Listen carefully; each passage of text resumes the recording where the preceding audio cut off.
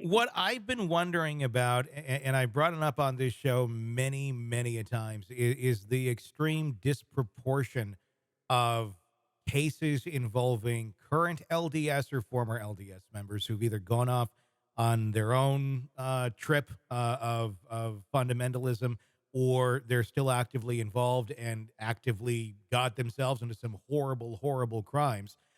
It's just the percentage of the population that is LDS versus the amount that are being called into these horrible crimes and accused of these horrible things. It doesn't seem normal. It seems like things are a little bit off. And I'm not trying to disparage the LDS faith or anything like that, but it seems that it in some places it looks like it's been kind of a breeding ground for this sort of fantastical thinking that then goes off the rails outside of LDS and then into some of these more dangerous places.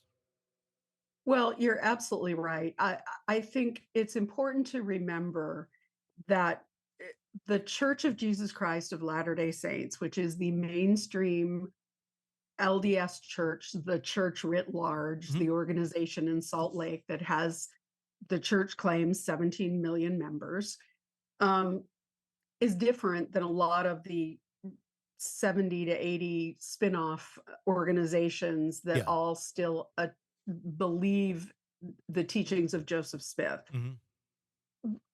But what's even more troubling about what we're seeing is this movement within the church of people who are still active, faithful members, and but are also ascribing to this other the end is near, end times kind of philosophies. It really started back in 2012 with a book called Visions of Glory, Mhm. and has really created a groundswell of this end of times folks. And I think it's important to point out that the church is very much i- not just a faith, but it's also a culture. And it's also a very insulated culture where people operate within the LDS bubble. They work with other people who are LDS, and they employ LDS members, and their kids go to seminary and to school and to BYU, and so we have many generations who've been inculcated into this LDS culture, and they're in the bubble. Uh, Mhm. and I think it makes it easier for them to take that next step into that sort of magical thinking of we're God's chosen people. We're the only ones who have the answer. Everyone else is in distortion, in authenticity, however you want to phrase it these days.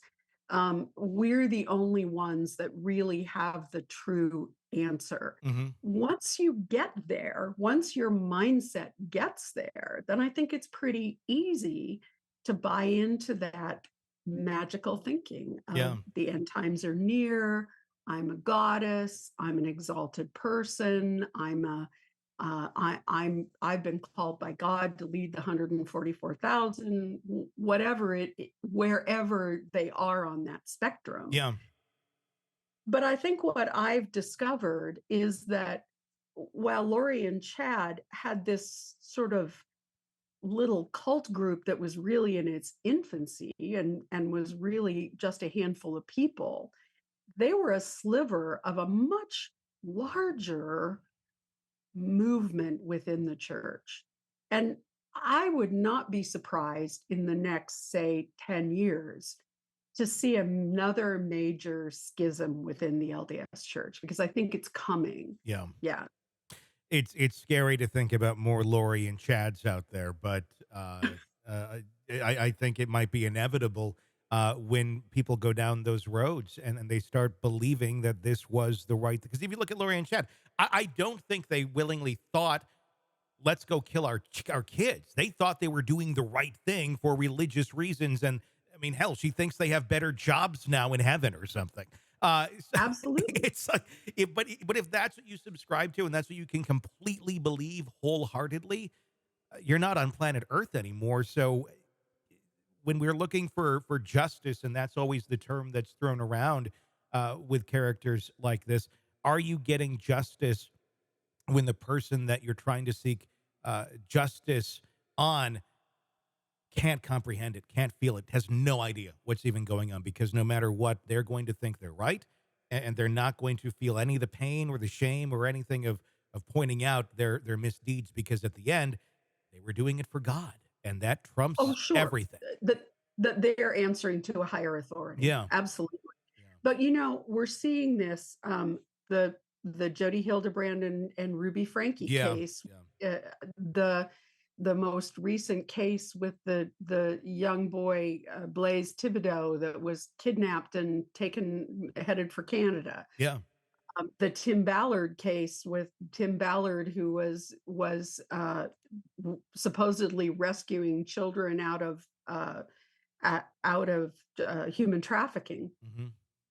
All of those cases have a connection to that movement. Yeah. Every one of those cases has a connection to that we're in the end times movement, and they are all interconnected with the LDS mental health system. And that's troubling too.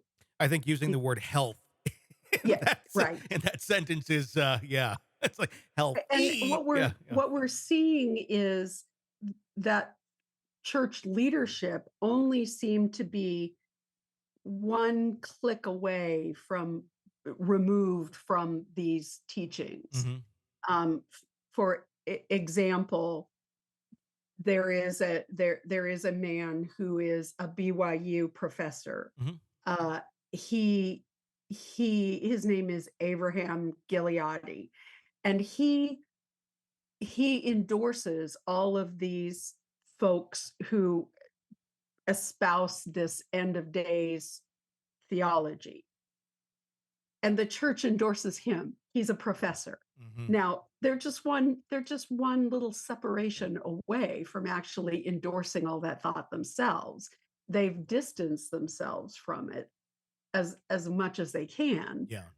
but really, um, they're not that far away from what this movement is trying to. The church leadership tend to try and nuance things, Yeah. and so they try and take this more nuanced approach.